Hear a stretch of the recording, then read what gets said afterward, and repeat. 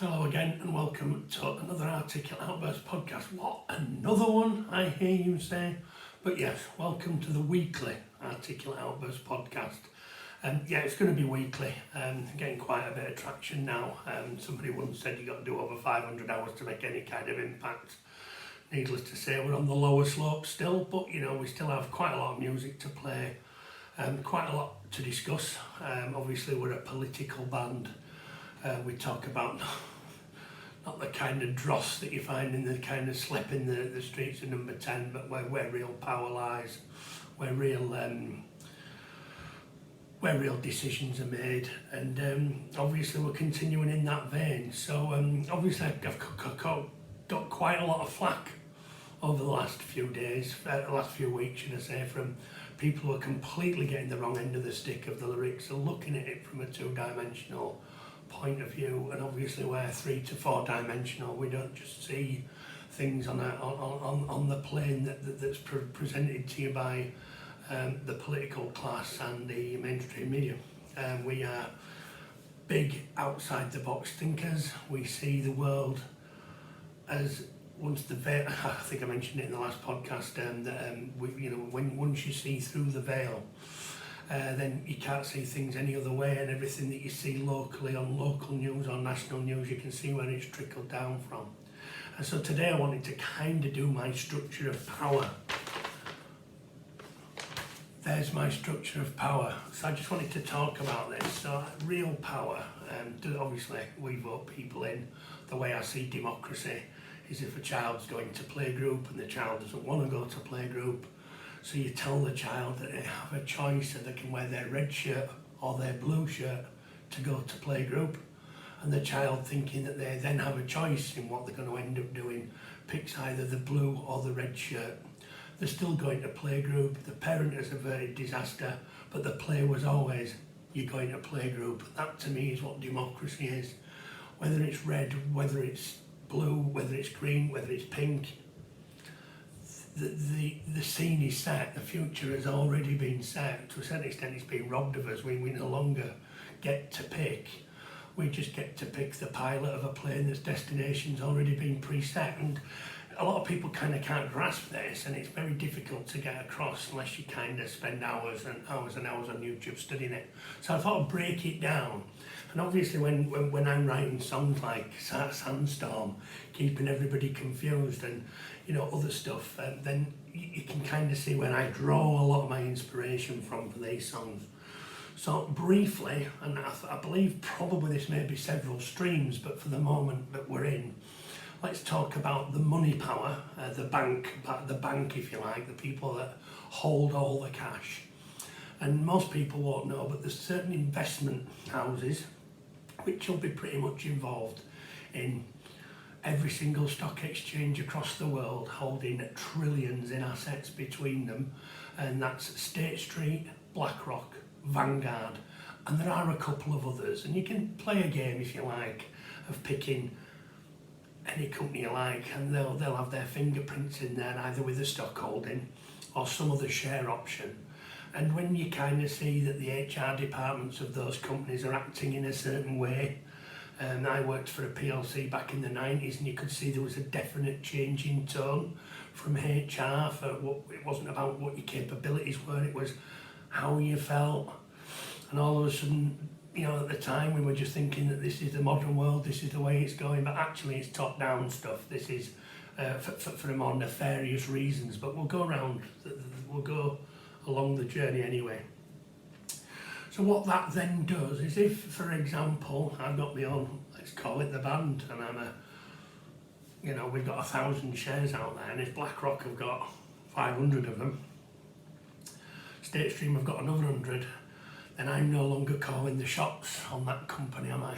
I'm not going to be allowed to pick the songs I want to play. I'm not going to be allowed to play them in the way that I want, or I am, but there'll be a payoff, there'll be some kind of requirement that some of this needs to change. Perhaps you want to stop that. So what I'm saying is your control is somewhat diminished, especially if that person's got shares in everybody else's band that you know. So all of a sudden you start to think, hang on, what freedoms are really here? And if they come out with their kind of, this is what we're going to do for the next 6 years, you're either on board or we won't trade in your shares, then ultimately they are directing pretty much all those companies that they have control over. Now, I don't think they can sit on the board and force the issue, but they can downgrade what it is that you're going to be trading as, and they use a software system, I think it's called Aladdin, and obviously you'll know that most trades now are automatic. You'll just put in a set of parameters and then the trades will happen if certain things hit certain thresholds. But if you're not on that list that Aladdin's looking to trade, then your company by definition won't be traded and there will be financial consequences. So you do hear a lot of this. Why are big brands doing ridiculous stuff, costing themselves billions? It's to tick certain boxes that have been laid down by the money power, the BlackRocks, the Vanguards. And that's why we see the Bud Light insanity. That's why we see Costa Coffee showing cartoon pictures of people who've gone through trans surgery as if it's all a load of fun. This is not a bottom-up thing. This is a top-down thing where you will comply. You will comply or your stocks are burned. And this is happening, I think, throughout the Western world, through the investment markets, through the human resources departments. It's top-down, forced upon people. The diversity targets, for example, all forced upon companies who then have to tick a load of boxes. Now, oddly enough, there's a fly in the ointment here that Tesla apparently has only got, I think it scores 23, don't hold me towards it, but I think 100's your best, but they're really down at 23, because obviously they need the brightest people in the world to do the job to which Tesla want. So then you start to see where things start to rub up against reality. So this is where you'll find a lot of our music. We're a million miles away from down here, politics, the day-to-day grind of Boris bloody Johnson, Rishi Sunak and Keir Starmer. This is where the real power play exists. This is where real power is flexed. And what if you're the chief exec of BlackRock, which has no declared owners, but it's managed by Larry Fink, then Fink is effectively the world god. He is Mr. Corporations. So when you see corporations doing ridiculous stuff, it's not at the behest of Larry Fink, but it will be at the behest of the conditions he's put in place to be part of that group. So have a look anywhere you want within the stock market. Have a look at the assets they've got on hold. And these are my pension funds, your pension funds, this is all our money. But we don't have control over it because it's in big blocks passed off to them. So that's strike one. So anybody wanting to give me any flannel when it comes to how I think and my alleged far-right views, just know that I'm singing from a completely different hymn sheet when it comes to understanding where power is and where power lies and what the narrative is to what the day-to-day run-of-the-mill shit short-term parliament bollocks is all about. So that's kind of strike one, and that's really where I wanted to be, to kind of encapsulate that we haven't just set up a band and started talking rubbish. We've set up a band and we actually know what we're talking about. There are people that know a lot more than me on this subject, and you can go and have a look. Plenty of YouTube videos. I hate the term educate yourself because I think it's used condescendingly by people on Twitter. But there is an argument to say, go do that. Go do that. It's very, very interesting. I love geopolitics. I love how the interconnectedness of all things work. And then when you see it at ground level, you can at least satisfy yourself that you knew how it got there. Might not be able to do out about it. I might be able to sing about it, and I might be able to do videos like this. But what I can't do as an individual is have the power to stop it, or take my money out of that pension fund and say, no, I don't want you to do this. So that's really where real power functions. That's really where I'm at with some of our songs, certainly more the second album than the first. The first album's more of a smashing down the door, letting you know we're here. Second album's a lot more nuanced. third album's going to be concentrating a little bit more on the nation state, something that BlackRock Vanguard would have you eradicating tomorrow, because it's one of the few things that can perhaps bind people, as obviously as they flood the country with their view, their worldview, and their determination to smash the nation state. So that's really where we are. I guess it's kind of part one of where I wanted to be here. I've got several other sections to go through, but I realised I've wound down the clock, because obviously I don't like to drone on too long. I know that people probably heard it, I've heard enough of my voice, I don't know what about you lot. But yeah, so what I really wanted to kind of encapsulate today is our politics are not the politics you think they are. Our politics are where true evil is. And trust me, all these people are evil, because as they apply power throughout the Western world, that's why everyone's singing off the same hymn sheet.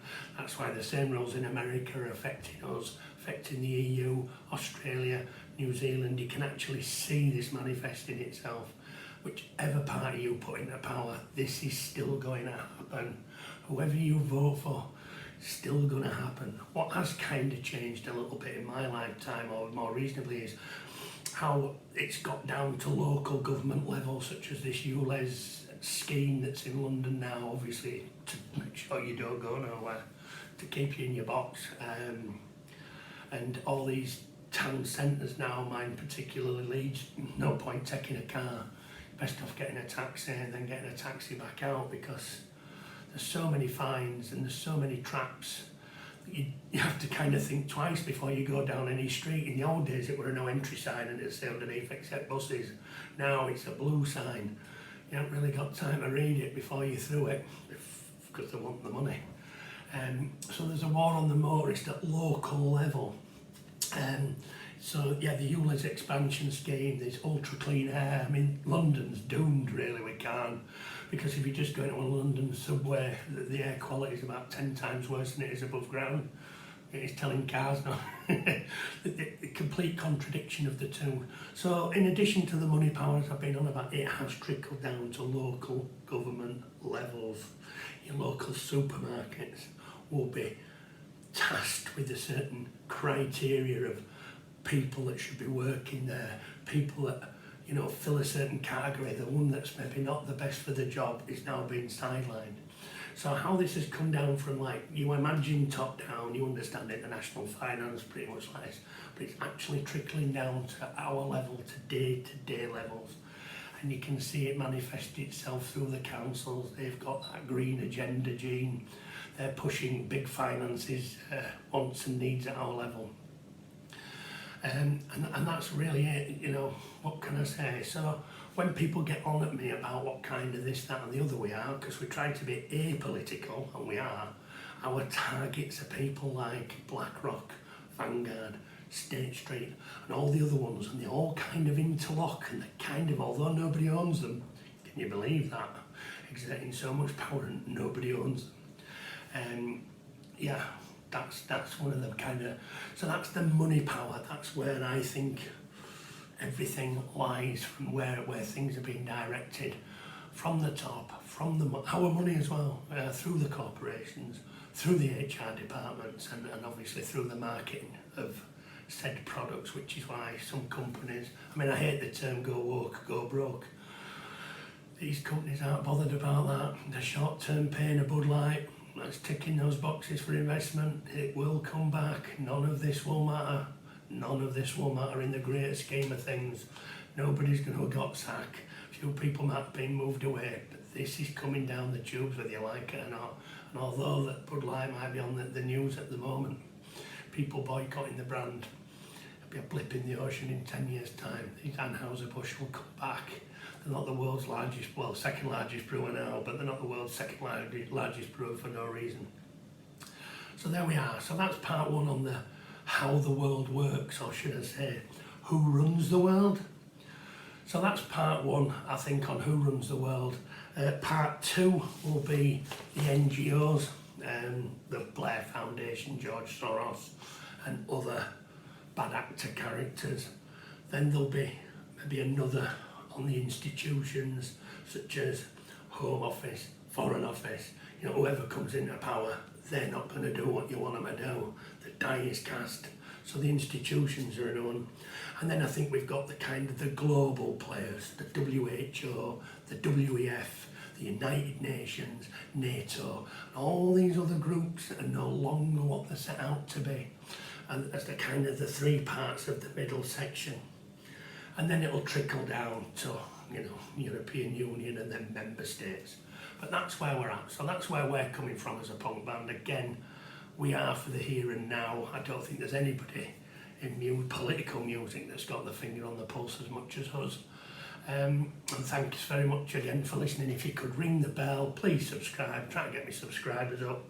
If you could press the like button, I'd be eternally grateful. But yeah, thanks very much for listening. Thanks for tuning in, and I'll see you in the next one. Thank you.